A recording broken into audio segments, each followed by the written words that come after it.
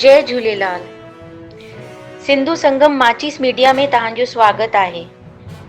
श्री झूलेलाल जो चालीहो उत्सव हली रहियो आहे। हिन मौक़े ते चालीहे जे अरिड़हें ॾींहं ते बाबा आनंदराम दरबार चकरभाटा मां बलराम भाई साहब जे सत्संग जो आयोजन कयो वियो।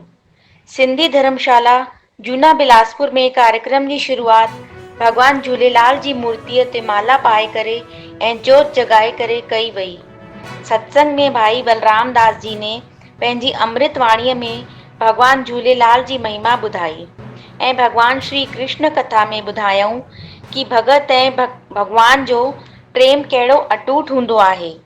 बलराम भाई साहब भक्तीअ वारा भॼन गाया जेके ॿुधी करे भगत झूमण लॻा।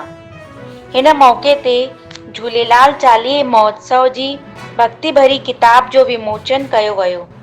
बाबा आनंदराम दरबार जा भाई बलराम जी, पूज्य सिंधी पंचायत जूना बिलासपुर जा अध्यक्ष नंदलाल पुरी जी, नानक नागदेव जी, अमर भाई साहब, ग्वालू पाहूजा, अटलमल सिदारा जी सभिनी सदस्यनि मिली करे किताब जो विमोचन कयो।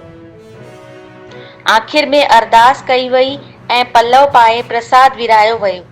आम भंडारे जो आयोजन कयो वियो जंहिंमें वॾी संख्या में भक्तनि भंडारो ग्रहण कयो।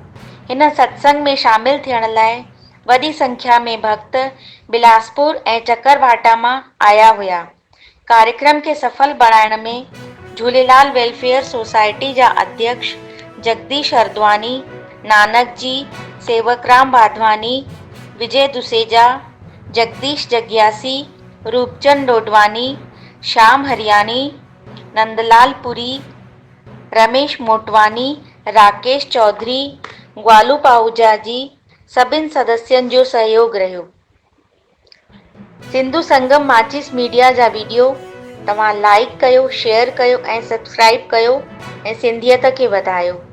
जय झूलेलाल।